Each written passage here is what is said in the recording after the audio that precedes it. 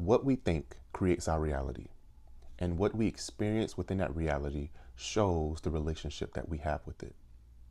So we're going to be talking about reality shifting and how can you get to that reality that you're happy in. This is going to be rooted in real psychological, spiritual, and a behavioral version, not the TikTok 5-second one, and not anything that's really whimsical and cosmical, that requires you to have godlike powers to change and alter the state of the world. No, this is going to be rooted in you. What can you do today to help you get that reality that you want? So reality shifting in grounded terms is identity shifting. Your external world reflects back to you your nervous system, your patterns, your beliefs, your values, your boundaries or lack of, so on and so forth. If you want to have a different reality, something different within you has to change. And this can't be like a temporary shift. No, this has to be a structural change. And you have to be motivated, you have to be consistent, and you have to be determined if you want to see the results. We can all say we enjoy money. We love what we can get with money, better yet. But most of us have this subconscious belief that we don't want to be greedy. We don't want to ask for too much. We believe that we are not worth as much as we actually want. You'll be surprised as to how many people want a lot of money, but then also feel uncomfortable with asking for it. With that, what do you do if you have that belief? You self-sabotage. You sabotage opportunities. You talk yourself out of things. You shrink or you appear invisible. You don't put yourself out there. You don't expand to get what you want. So the question that you have to ask for yourself is, who am I right now? Am I a version of myself that wants money and has it? Or am I a version of myself that is afraid of it? And you want to do that with whatever your issue may be right now in your life, whether it's in love, whether it's in starting your own business, whether it's a talent, a hobby, or I don't know, anything. Where are you? And are you comfortable and happy with that version of yourself? So let's talk about your emotional baseline. This is really important because where you are currently in this reality emotionally will be completely different from this other reality that this other version of you exists in. How do you get there? So your nervous system has to change. You can't react to every trigger. You can't react to every wound. You can't fall into every single hole. You have to be aware of where your nervous system is causing you to stay stuck and stagnant. Where is it causing obstacles within your life? Fear of money, for example, would be one of those ways where it causes you to stay stuck and stagnant. If you have a fear of love or fear of abandonment, that's another one of those ways where your nervous system will start to act out. And in love, or someone who has a fear of abandonment, that would be by sabotaging the relationship. When in another reality, you just want a very loving, wholesome, fun relationship. But you can't have that if your nervous system is still on the lookout for danger. So the goal with this is to learn to be calm. And calm is a skill. It's not an emotion that you will always feel, but it is something that you would have to learn to fall back into when you get into those reactive states. Now, for some people, you may not be able to rewire your nervous system. Some people you can. It just depends on where you're walking from. But you can control how you respond to it. I will say this as well. Now, when it comes to reality shifting and identity shifting, you need to be in a space that will be supportive of that. You don't want to be in an environment where you're constantly triggered or people are mocking you or talking down on you or bad about you. That's going to constantly keep you in this state that you're currently in. You don't want to, and you want to break yourself from these toxic cycles that you may be in with people or habits that you have that kind of bring you down and bring you out of this other reality that you're trying to get to. Sometimes reality shifting and identity shifting, it's not just internal, but it has to be external as well. I will even go as far as talking about what music do you listen to? What TV shows do you watch? What books do you read? All of that stuff subconsciously influences you or reinforces certain beliefs.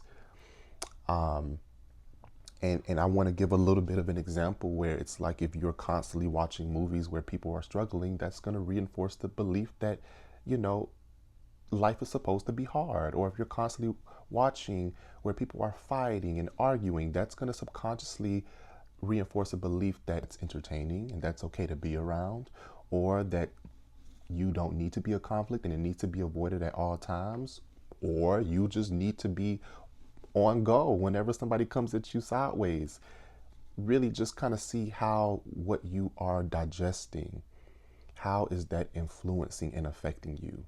And then you need to change that because this other version of you that's in this different reality may not be doing those things. New reality will not feel comfortable.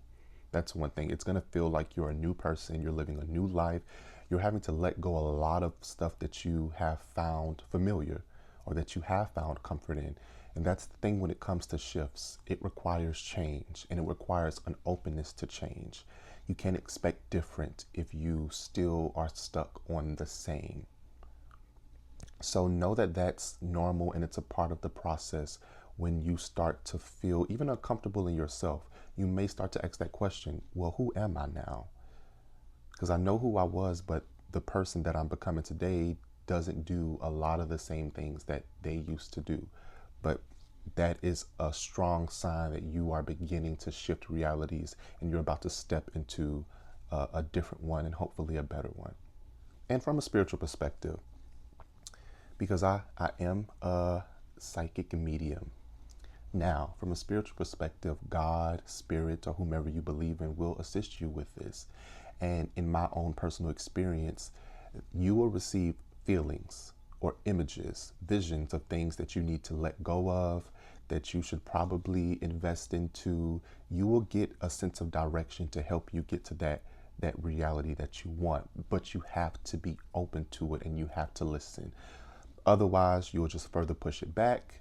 You will miss certain opportunities because you're still holding on to, and it could be very small things. Like, let's say if you're a coffee drinker, I mean, you love coffee. I don't, but you love it and you get up every morning and you drink. And then one day you just have a feeling, maybe I should stop drinking coffee. That will be spirit trying to help you get on in a different wavelength, on a different frequency, and closer to that reality that you're manifesting. That version of you may not drink coffee. Coffee may be inhibiting you in some way, shape, or form. The thing is, spirit won't always tell you why you should stop. They will just give you that step and you're supposed to trust it. So I feel like, and I actually feel like a lot of you have had those moments where you've had feelings and thoughts that you should stop doing something, and you probably just kept doing it because you kind of thought that it was insignificant for whatever reason. But that the reason that that's coming to you is because it is significant and it has an impact on you and the world around you. So here's the part that might hurt a little bit. If you keep attracting the same relationships, if you keep having the same financial issues, if you keep having the same emotional patterns, it's not bad luck. It's not punishment. It's an identity pattern, which is a good thing. It's a good thing that it's you because that means that all you have to do is change something within yourself to then experience better. That's all that means. It's easier when you can change it within you versus trying to change it around you. That's out of your control. What I want you to do is I want you to get a piece of paper and I want you to write down what version of me would live this life. And you can have a goal, whether it's, having a loving relationship, having money, having success, whatever it is, write it down. And then you're going to write down questions like, how does this version of me think? How do they respond? How do they feel? How do they handle things? What do they do in their day-to-day life? I want you to really feel into that, get into that mode and see what pops up for you. And then look at how different it is from who you are today. Now, if you find that that is difficult to do, I would even go as far as this. And you have to be really honest with yourself. So this would require a little bit of shadow work.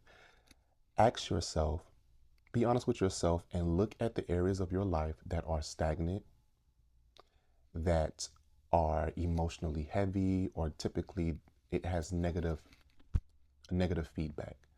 And then be honest about the why.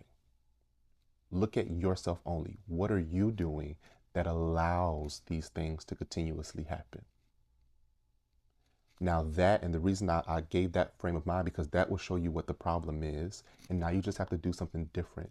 You may have to experiment, be a scientist with it. Let me do something different and see if I'll get a better result. But then you keep experimenting until you get that result that you're looking for. But you have to try something different. You have to do different. So what sparked this video and this conversation was I had a dream that I was going to a middle school, and the teacher told me I couldn't go in because I came late, and then I felt disappointed, but I felt like this was a cycle that I kept myself in.